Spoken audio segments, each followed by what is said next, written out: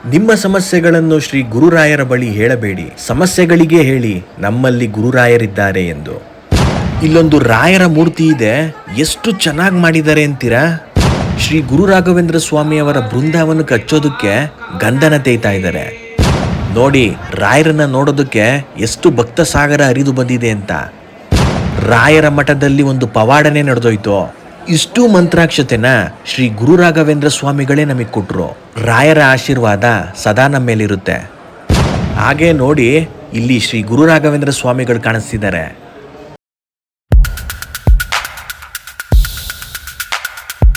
ಅಣ್ತಮಾಸ್ ನಮಸ್ಕಾರ. ನಮ್ಮ ಸಾಫ್ಟ್ವೇರ್ ಗೌಡ್ರು ಯೂಟ್ಯೂಬ್ ಚಾನಲ್ಗೆ ಸ್ವಾಗತ ಸುಸ್ವಾಗತ. ನನ್ನ ಹಿಂದಿನ ವಿಡಿಯೋದಲ್ಲಿ ಮಂತ್ರಾಲಯಕ್ಕೆ ನಾನು ಯಾವ ರೀತಿ ಬಂದೆ, ಸರ್ವ ದರ್ಶನ ಮಾಡೋದಕ್ಕೆ ಇವಾಗ ಏನೆಲ್ಲ ಬದಲಾವಣೆಗಳಾಗಿದೆ, ಹಾಗೇನೆ ಗುರು ಸಾರ್ವಭೌಮರಾದಂತ ಶ್ರೀ ಗುರು ರಾಘವೇಂದ್ರ ಸ್ವಾಮಿಗಳ ದರ್ಶನ ಕೂಡ ಮಾಡಿಸ್ದೆ. ಪೂಜ್ಯಾಯ ರಾಘವೇಂದ್ರಾಯ ಸತ್ಯಧರ್ಮ ರಥಾಯ ಚ ಭಜತಾಂ ಕಲ್ಪವೃಕ್ಷಾಯ ನಮತಾಂ ಕಾಮಧೇನವೇ. ರಾಯರ ಸ್ತೋತ್ರನ ಪಠಿಸ್ತಾ ಈ ವಿಡಿಯೋನ ಸ್ಟಾರ್ಟ್ ಮಾಡೋಣ ಬನ್ನಿ. ನಾನು ಬೆಳಗ್ಗೆ 6 ಗಂಟೆಗೆ ದರ್ಶನಕ್ಕೆ ನಿಂತಿದ್ದೆ. 6:45ಗೆಲ್ಲ ದರ್ಶನ ಆಗೋಯ್ತು. ಸರ್ವ ದರ್ಶನದ ಬಗ್ಗೆ ನೀವು ತಿಳ್ಕೊಬೇಕು ಅಂದ್ರೆ ನನ್ನ ಪ್ರೀವಿಯಸ್ ವಿಡಿಯೋನ ನೋಡಿ. ರಾಯರ ಬೆಳಗ್ಗಿನ ಅಭಿಷೇಕ ಆದ್ಮೇಲೆ ದರ್ಶನ ಮಾಡಿದಂತ ನಾನು ಬೃಂದಾವನದ ಬಲಭಾಗಕ್ಕೆ ಬಂದು ಬೃಂದಾವನನ ಈ ಗೇಟಿಂದ ನೋಡ್ತಾ ಇದ್ದೀನಿ. ನಾನ್ ಮಂತ್ರಾಲಯಕ್ಕೆ ಬಂದಾಗೆಲ್ಲ ಒಂದು ಚಿಕ್ಕ ಮಗುನೇ ಆಗ್ಬಿಡ್ತೀನಿ. ಒಂದು ಚಿಕ್ಕ ಮಗು ಅವ್ರ ಅಮ್ಮನ ಹತ್ರ ಬಂದು ಏನೆಲ್ಲ ಆಯ್ತು ಅಂತ ಹೇಳ್ಕೊಳುತ್ತಲ್ಲ, ಆ ರೀತಿ ನಾನು ರಾಯರ ಹತ್ರ ಹೇಳ್ಕೊಂತೀನಿ. ಆ ರೀತಿ ಮನ್ಸಲ್ಲಿ ಇರೋದ್ನೆಲ್ಲ ರಾಯರಿಗೆ ಹೇಳಿದ್ರೆ ಮನಸ್ಸು ಬಹಳನೇ ಹಗುರ ಆಗುತ್ತೆ. ನಾನು ಯಾವಾಗ ಮಂತ್ರಾಲಯಕ್ಕೆ ಬಂದ್ರೂ ಇಲ್ಲಿ ಬೃಂದಾವನದ ಬಲಭಾಗಕ್ಕೆ ಬಂದು ಕೂತ್ಕೊಂಡು ಒಂದು 10ರಿಂದ 15 ನಿಮಿಷ ರಾಯರ ಜಪ ಮಾಡ್ತೀನಿ. ಕಣ್ಣು ಮುಚ್ಕೊಂಡು ಓಂ ಶ್ರೀ ರಾಘವೇಂದ್ರಾಯ ನಮಃ ಅಂತ ಹೇಳ್ಕೊಂತೀನಿ. ಹಾಗೆ ಬೃಂದಾವನನ 3 ಪ್ರದಕ್ಷಿಣೆ ಬರ್ತೀನಿ. ರಾಯರ ಭಕ್ತರಿಗೆ ರಾಯರನ್ನ ದರ್ಶನ ಮಾಡಿದ್ಮೇಲೆ ಆಗುತ್ತಲ್ಲ ಆನಂದ, ಅದನ್ನ ಫೀಲ್ ಮಾಡಿದವ್ರಿಗೆ ಗೊತ್ತಿರುತ್ತೆ. ರಾಯರ ದರ್ಶನ ಪಾಪ ವಿಮೋಚನ. ಮಂತ್ರಾಲಯದಲ್ಲಿ ರಾಯರ ದರ್ಶನ ಮಾಡಿದ್ರೆ ನಾವು ಮಾಡಿರುವಂತ ಅಷ್ಟು ಪಾಪಕರ್ಮಗಳು ಕಳೆದೋಗುತ್ತೆ. ನೀವು ಯಾವುದೋ ವಿಷಯದಲ್ಲಿ ಸ್ಟ್ರಕ್ ಆಗಿ ಮುಂದೆ ಏನು ಮಾಡಬೇಕು ಅಂತ ದಾರಿ ಸಿಗ್ತಿಲ್ಲ ಅಂತ ಅಂದಾಗ ನೀವು ಮಂತ್ರಾಲಯಕ್ಕೆ ಹೋಗ್ಬಿಟ್ಟು ಬನ್ನಿ. ಎಷ್ಟು ನೀಟಾಗಿ ಕ್ಲಾರಿಟಿ ಸಿಗುತ್ತೆ ಗೊತ್ತಾ ಮುಂದೆ ನೀವೇನು ಮಾಡಬೇಕು ಅಂತ. ರಾಯರೇ ನಿಮಗೆ ಮುಂದಿನ ದಾರಿ ತೋರಿಸ್ಬಿಡ್ತಾರೆ. ನಂದು ಇದು ಓನ್ ಎಕ್ಸ್ಪೀರಿಯನ್ಸು. ನನ್ಗೆ ಯಾವುದಾದ್ರೂ ವಿಷಯದಲ್ಲಿ ಕ್ಲಾರಿಟಿ ಸಿಗಲಿಲ್ಲ ಅಂದರೆ ರಾಯರ ಹತ್ರ ಹೋಗ್ಬಿಡ್ತೀನಿ. ನಾನು ಒಂದು 6ರಿಂದ 7 ಸಲ ಮಂತ್ರಾಲಯಕ್ಕೆ ಬಂದಿದ್ದೀನಿ. ನನ್ನ ಲೈಫಲ್ಲಂತೂ ರಾಯರು ಪವಾಡನೆ ಮಾಡಿಬಿಟ್ಟವ್ರೆ. ಹಾಗಾಗಿ ನನ್ನ ಪ್ರತಿ ಉಸಿರಲ್ಲೂ ರಾಯರಿದ್ದಾರೆ. ಹಿಂದೆ ಮಂತ್ರಾಲಯ ಮಠದ ಪೀಠಾಧ್ಯಕ್ಷರು ಯಾರ್ಯಾರು ಆಗಿದ್ರಲ್ಲ ಅವ್ರ ಡೀಟೇಲ್ಸ್ನ ನಾವಿಲ್ಲಿ ನೋಡ್ಬೋದು. ನಾನು 5 ವರ್ಷಕ್ಕೆ ಮುಂಚೆ ಮಂತ್ರಾಲಯಕ್ಕೆ ಬಂದಾಗ ಇಷ್ಟೊಂದು ಜನ ಇರ್ತಾನೆ ಇರಲಿಲ್ಲ. ಸೀದಾ ಯಾವುದೇ ಕ್ಯೂ ಇಲ್ಲದೆ ಮಂತ್ರಾಲಯ ಮಠದೊಳಗಡೆನೆ ಹೋಗ್ತಾ ಇದ್ದೆ. ಇವಾಗಂತೂ ಎಷ್ಟು ಜನ ಬರ್ತಾರೆ ಅಂತೀರಾ ಮಂತ್ರಾಲಯಕ್ಕೆ. ಮುಂದೆ ಹೆಬ್ಬಾಗ್ಲಿಂದನೇ ಕ್ಯೂ ಅಲ್ಲಿ ಬರಬೇಕು. ನಾನು ಬಂದಾಗೆಲ್ಲ ರಾಯರನ್ನ ಒಂದು 2-3 ಸಲ ದರ್ಶನ ಮಾಡ್ತಾ ಇದ್ದೆ ಹೋಗಿ ನಿಂತ್ಕೊಂಡು.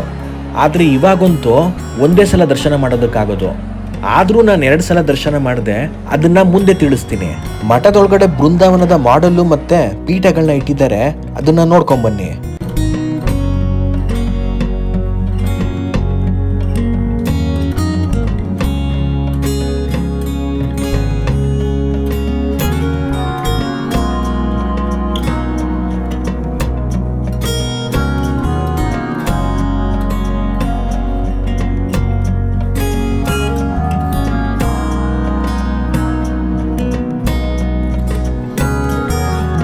ನೋಡಿ ಇಲ್ಲಿರೋ ಅಂತ ಶ್ರೀ ಗುರು ರಾಘವೇಂದ್ರ ಸ್ವಾಮಿಯವರ ಮೂರ್ತಿನ ಎಷ್ಟು ಡೀಟೇಲ್ ಆಗಿ ಮಾಡಿದ್ದಾರೆ ಅಂತ. ಒಂದು ಕ್ಷಣ ರಾಯರನ್ನ ಅಲ್ಲೇ ನಿಜವಾಗಿ ನೋಡ್ಬಿಟ್ವೇನೋ ಅಂತ ಅನ್ಸ್ಬಿಡುತ್ತೆ, ಅಷ್ಟು ಚೆನ್ನಾಗಿ ಮಾಡಿದ್ದಾರೆ. ಹಾಗೆ ಇಲ್ಲಿ ಮುಂದೆ ಬಂದ್ರೆ ಮಂತ್ರಾಲಯದ 3D ಮಾಡೆಲ್ ಕೂಡ ನಾವಿಲ್ಲಿ ನೋಡ್ಬೋದು. ರಾಯರ ದರ್ಶನ ಮಾಡಿ ಆದ್ಮೇಲೆ ಪಕ್ಕದಲ್ಲೇ ವಾದೀಂದ್ರ ತೀರ್ಥರ ಬೃಂದಾವನ ಇದೆಯಲ್ಲ, ಅವ್ರಿಗೆ ಹೇಳ್ಬೇಕಂತೆ ನಾನು ಮಂತ್ರಾಲಯಕ್ಕೆ ರಾಘವೇಂದ್ರ ಸ್ವಾಮಿ ದರ್ಶನ ಮಾಡೋದಕ್ಕೆ ಬಂದಿದ್ದೀನಿ ನೋಡಿ ಅಂತ. ಅವರು ಕೂಡ ನಮಗೆ ಆಶೀರ್ವಾದ ಮಾಡಿ ಕಳಿಸ್ತಾರಂತೆ. ಆಮೇಲೆ ಹೊರಗಡೆ ಬಂದ್ಮೇಲೆ ಈ ಕಳಶನ ನೋಡ್ಬೇಕಂತೆ. ಹಾಗೆ ಇಲ್ಲಿ ರಾಯರ ಭಕ್ತರೆಲ್ಲ ತಗೊಬಂದು ಅಕ್ಕಿ ಬೆಲ್ಲ ತೊಗರಿ ಬೇಳೆನ ಶ್ರೀಮಠಕ್ಕೆ ದಾನ ಮಾಡ್ತಾರೆ. ಇಲ್ಲಂತೂ ಒಂದು ಲೈನು ಬಹಳನೇ ಗಮನ ಸೆಳೆಯುತ್ತೆ. ನಿಮ್ಮ ಸಮಸ್ಯೆಗಳನ್ನು ಶ್ರೀ ಗುರುರಾಯರ ಬಳಿ ಹೇಳಬೇಡಿ, ಸಮಸ್ಯೆಗಳಿಗೆ ಹೇಳಿ ನಮ್ಮಲ್ಲಿ ಶ್ರೀ ಗುರುರಾಯರಿದ್ದಾರೆ ಎಂದು. ನನ್ನ ಹಿಂದಿನ ವಿಡಿಯೋದಲ್ಲಿ ಹೇಳ್ದಂಗೆ ಎಷ್ಟು ಚೆನ್ನಾಗಿದೆ ನೋಡಿ ಆ ಲೈನ್ಸು. ನೋಡಿ ಇಲ್ಲೇನು ನೀವು ನೋಡ್ತಾ ಇದ್ದೀರಲ್ಲ, ಈ ಸೈಡಿಂದ ಹೋದ್ರೆ ಅನ್ನದಾಸೋಹ ಮಂದಿರಕ್ಕೆ ಡೈರೆಕ್ಟ್ ಆಗಿ ಹೋಗ್ಬಿಡ್ತೀರಾ. ಹಾಗೆ ಇಲ್ಲಿ ಶ್ರೀಮಠದ ಶಿಕ್ಷಕ ವೃಂದದಿಂದ ಮಂತ್ರಗಳನ್ನ ಪಠಿಸ್ತಾ ಇರ್ತಾರೆ. ಹಾಗೆ ನೀವಿಲ್ಲಿ ಬರೋಂಥ ಭಕ್ತಾದಿಗಳು ಅನ್ನದಾನಕ್ಕೆ ನೀವೇನಾದ್ರೂ ಡೊನೇಷನ್ ಕೊಡೋದಾದ್ರೆ ಇಲ್ಲಿ ಕೊಡಬಹುದು. ಹಾಗೆ ಇಲ್ಲಿ ಮುಂದೆ ಶ್ರೀಗಂಧನ ತೆಯ್ತಾ ಇದ್ರು. ಇಲ್ಲಿ ಶ್ರೀಗಂಧನ ಏನಕ್ಕೆ ಬಳಸ್ತಾರಪ್ಪ ಅಂದ್ರೆ ಶ್ರೀ ಗುರು ರಾಘವೇಂದ್ರ ಸ್ವಾಮಿಯವರ ಬೃಂದಾವನಕ್ಕೆ ಶ್ರೀಗಂಧನ ಲೇಪನ ಮಾಡ್ತಾರೆ. ಹಾಗಾಗಿ ಇವರಿಬ್ರು ಶ್ರೀಗಂಧನ ತೆಯ್ತಾ ಇದ್ದಾರೆ.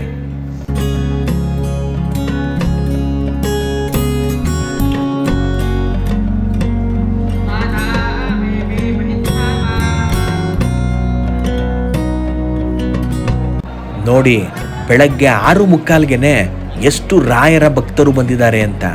ಬೃಂದಾವನದ ಎಡಭಾಗಕ್ಕೆ ಒಂದು ಮ್ಯೂಸಿಯಂಗೆ ಹೋಗೋದಕ್ಕೆ ದಾರಿ ಇದೆ. ಅಲ್ಲಿ ಮೊಬೈಲ್ ಅಲೋ ಮಾಡಲ್ಲ, ಬಟ್ ಮ್ಯೂಸಿಯಂ ಮಾತ್ರ ತುಂಬಾನೇ ಚೆನ್ನಾಗಿದೆ. ನೋಡಿ, ಇವಾಗ ರಾಯರ ದರ್ಶನ ಮಾಡಿಸ್ತೀನಿ. ನೋಡಿ, ಈ ಕಿಂಡಿಯಿಂದ ರಾಯರು ಕಾಣಿಸ್ತಾ ಇದ್ದಾರೆ. ಹಾಗೆ ಮಂತ್ರಾಲಯದ ಮಠದೊಳಗಡೆನೆ ಪೂಜಾ ಭಂಡಾರ ಕೂಡ ಇದೆ. ಇಲ್ಲಿ ಪರಿಮಳ ಗ್ರಂಥ ಎಲ್ಲ ಸಿಗುತ್ತೆ. ಯಾರಾದ್ರೂ ಮನೆಗೆ ತಗೊಂಡೋಗೋರು ತಗೊಂಡೋಗ್ಬೋದು. ಈ ಪೂಜಾ ಭಂಡಾರದಲ್ಲಿ ರಾಯರ ಬಗೆಗಿನ ಪುಸ್ತಕಗಳು ಸಿಗುತ್ತೆ. ಹಾಗೆ ರಾಯರ ಫೋಟೋಸ್ ಕೂಡ ಸಿಗುತ್ತೆ. ಯಾರಾದ್ರೂ ಮನೆಗೆ ಬೇಕು ಅಂದ್ರೆ ತಗೊಂಡೋಗ್ಬೋದು. ನಾನು ನನ್ನ ತಮ್ಮ ಮಂತ್ರಾಲಯದ ಮಠದೊಳಗಡೆ ಇದ್ದಾಗ ಒಂದು ಪವಾಡನೆ ನಡೀತು. ಒಬ್ರು ವಯಸ್ಸಾದಂತ ಅಜ್ಜ ಬಂದು ಮಂತ್ರಾಕ್ಷತೆಯ 10 kg ಮೂಟೆ ಇದೆ, ಅದನ್ನ ತಗೊಂಡೋಗಿ ಹೊರಗಡೆ ಆಫೀಸಿಗೆ ಇಡ್ಬೇಕು ಅಂತ ಕೇಳಿದ್ರು ನನ್ನ ತಮ್ಮನ್ನ. ನನ್ನ ತಮ್ಮ ಆಯ್ತು ಅಂತ ಮಂತ್ರಾಕ್ಷತೆಯ ಮೂಟೆನ ಕೈಯಲ್ಲಿ ಇಟ್ಕೊಂಡು ಹೋಗ್ತಾ ಇದ್ದ. ಅವಾಗ ಆ ಅಜ್ಜ ಮೂಟೆನ ಭುಜದ ಮೇಲೆ ಹೊತ್ಕೊಂಡು ನಡಿಯಪ್ಪ ಅಂದ್ರು. ನನ್ನ ತಮ್ಮ ಮಂತ್ರಾಕ್ಷತೆಯ ಮೂಟೆನ ಭುಜದ ಮೇಲೆ ಇಟ್ಕೊಂಡೋಗಿ ಆಫೀಸಲ್ಲಿ ಇಟ್ಟ. ಆವಾಗ ಆ ಅಜ್ಜ ಮಂತ್ರಾಕ್ಷತೆನ ಒಂದು ಕವರ್ಗೆ ಹಾಕ್ಬಿಟ್ಟು ತಗೊಂಡೋಗು ಮನೆಗೆ ಅಂದ್ರು. ನಮ್ಗಂತೂ ಈ ಪವಾಡನ ನೋಡಿ ಆಶ್ಚರ್ಯನೇ ಆಗೋಯ್ತು. ಆ ಅಜ್ಜ ರಾಯರ ರೂಪದಲ್ಲಿ ಬಂದು ನಮ್ಗೆ ಮಂತ್ರಾಕ್ಷತೆನ ಕೊಟ್ರು ಅಂತ ಅನ್ಕೊಂಡ್ವಿ. ಆ ದೃಶ್ಯ ಕಂಡಂತ ನನ್ಗಂತೂ ಮೈಯೆಲ್ಲ ರೋಮಾಂಚನ ಆಗೋಯ್ತು. ಅದು ಅಲ್ಲದೆ ಡೈರೆಕ್ಟ್ ಆಗಿ ಒಳಗಡೆಯಿಂದನೇ ರಾಯರ ದರ್ಶನ ಇನ್ನೊಂದ್ಸಲ ಮಾಡಿದ್ವಿ. ಅಲ್ಲಿದ್ದ ಸೆಕ್ಯೂರಿಟಿನೂ ಕೂಡ ಏನು ಅನ್ಲಿಲ್ಲ, ಡೈರೆಕ್ಟ್ ಆಗಿ ಒಳಗಡೆ ಬಿಟ್ರು. ಮಂತ್ರಾಕ್ಷತೆಯ ಮಹಿಮೆ ರಾಯರ ಭಕ್ತರಿಗೆಲ್ಲ ತಿಳಿದೇ ಇರುತ್ತೆ. ಮಂತ್ರಾಕ್ಷತೆನ ನಮ್ಮ ತಲೆ ಮೇಲೆ ಹಾಕೊಂಡು ನಾವು ಯಾವುದೇ ಕೆಲಸ ಮಾಡೋದಕ್ಕೆ ಹೋದ್ರು ರಾಯರೇ ಮುಂದೆ ನಿಂತು ಆ ಕೆಲಸನ ನಡೆಸ್ಕೊಡ್ತಾರೆ. ನಾನು ನನ್ನ ತಮ್ಮ ರಾಯರ ದರ್ಶನ ಮಾಡ್ಕೊಂಡು ಅಲ್ಲಿ ನಡೆದಂತ ಅಚ್ಚರಿನ ನೋಡಿ ನಿಬ್ಬೆರಗಾಗಿ ಹೊರಗಡೆ ಬಂದ್ವಿ. ನಮ್ಮ ಬಳಿ ರಾಯರಿದ್ದಾರೆ. ಇವಾಗ ಮಠದ ಹೊರಗಡೆ ತೀರ್ಥ ಮತ್ತೆ ಮಂತ್ರಾಕ್ಷತೆನ ಕೊಡೋದಕ್ಕೆ ವ್ಯವಸ್ಥೆ ಮಾಡಿದ್ದಾರೆ. ಮುಂಚೆ ಎಲ್ಲ ಮಠದ ಒಳಗಡೆನೆ ಮಂತ್ರಾಕ್ಷತೆನ ಕೊಡ್ತಾ ಇದ್ರು. ಇವಾಗ ಕ್ರೌಡ್ ಜಾಸ್ತಿ ಆಗಿರೋದ್ರಿಂದ ಈ ರೀತಿ ವ್ಯವಸ್ಥೆ ಮಾಡಿದ್ದಾರೆ. ನೋಡಿ, ಇವಾಗಂತೂ ರಾಯರ ಮಠಕ್ಕೆ ಎಷ್ಟು ಭಕ್ತ ಸಾಗರ ಹರಿದು ಬರುತ್ತೆ ಅಂತ. ನಾವು ಕೂಡ ಇಲ್ಲಿ ತೀರ್ಥ ತಗೊಂಡು ಹಾಗೆ ಇಲ್ಲಿ ಮುಂದೆ ಮಂತ್ರಾಕ್ಷತೆನ ಈಸ್ಕೊಂಡು ಹೊರಗಡೆ ಬಂದ್ವಿ. ಮಠದೊಳಗಡೆ ಇದ್ದಾಗ ಮತ್ತೊಂದು ಪವಾಡ ನಡೀತು. ಅದನ್ನ ನಿಮ್ಗೆ ಮುಂದಿನ ವಿಡಿಯೋದಲ್ಲಿ ತಿಳಿಸ್ತೀನಿ. ಈ ನನ್ನ ವಿಡಿಯೋ ಇಷ್ಟ ಆಗಿದ್ರೆ ಲೈಕ್ ಮಾಡಿ, ಶೇರ್ ಮಾಡಿ, ಕಮೆಂಟ್ ಮಾಡಿ. ನಮ್ಮ ಸಾಫ್ಟ್ವೇರ್ ಗೌಡ್ರು ಯೂಟ್ಯೂಬ್ ಚಾನಲ್ನ ಸಬ್ಸ್ಕ್ರೈಬ್ ಮಾಡೋದು ಮಾತ್ರ ಮರಿಬೇಡಿ. ನನ್ನ ಮುಂದಿನ ವಿಡಿಯೋದಲ್ಲಿ ಸಿಗೋಣ. ಜೈ ಕರ್ನಾಟಕ. ರಾಯರಿದ್ದಾರೆ.